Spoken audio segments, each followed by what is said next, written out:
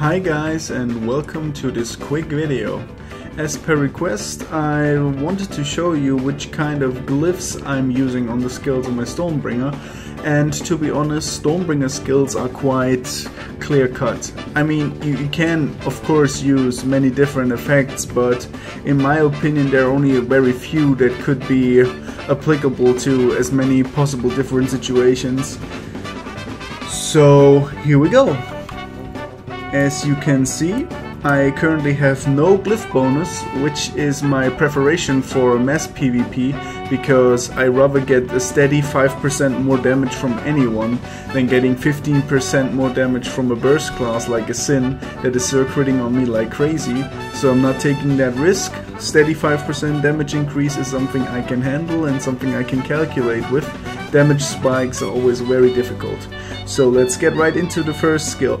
I guess downburst is pretty much self-explanatory. You always want to have that channeling increase as a storm. You need to be as fast as possible to dish out your skills as fast as possible. So this for me is a no-brainer. More channeling, time reduce is always better. Same goes for Ice Bullet. Most people don't know that this glyph, the green one, doesn't only give you more chi, it also guarantees 5 seconds stun no matter which combination of charges you have. So even if I have no charge, it goes for 5 seconds. If I have only metal charges, it goes for 5 seconds as well. So this is something you can calculate with in any situation. You don't need to bind yourself to a specific set of charges, which is really limiting in my opinion. That's the same reason why I'm using the red glyph on Black Cloudburst, because then no matter which charge combination I have, it always reduces the elemental resistance by 50%. Of course you could use the other glyph that increases the maximum debuff, which is also nice, but this kinda limits you, you know? I mean, 50% elemental resistance debuff is still better than the regular skill was before, so it's just a win for me, you know? And this kind of stuff makes your life easier.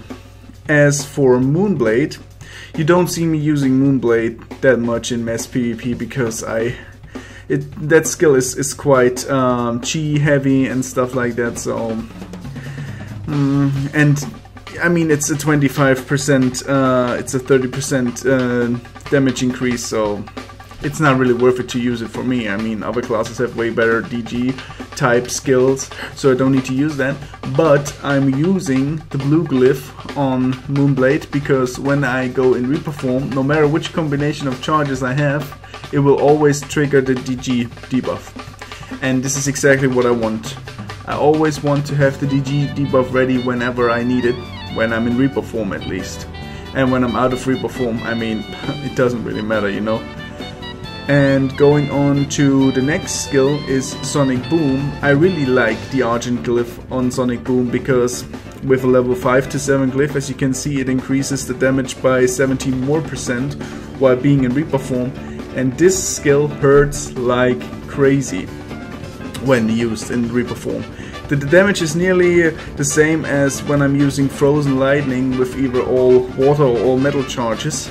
It's close. It's not quite there, but it's close, and it's a spammable, very fast skill. So yeah, of course I'm using that glyph.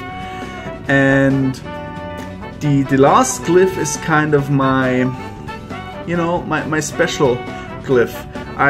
You can pretty much put anything you want on there. I mean, usually I'd like to use Tidal Force, but you see, if I use Tidal Force, I'm going into Dragon Smite, and Dragon Smite might be problematic.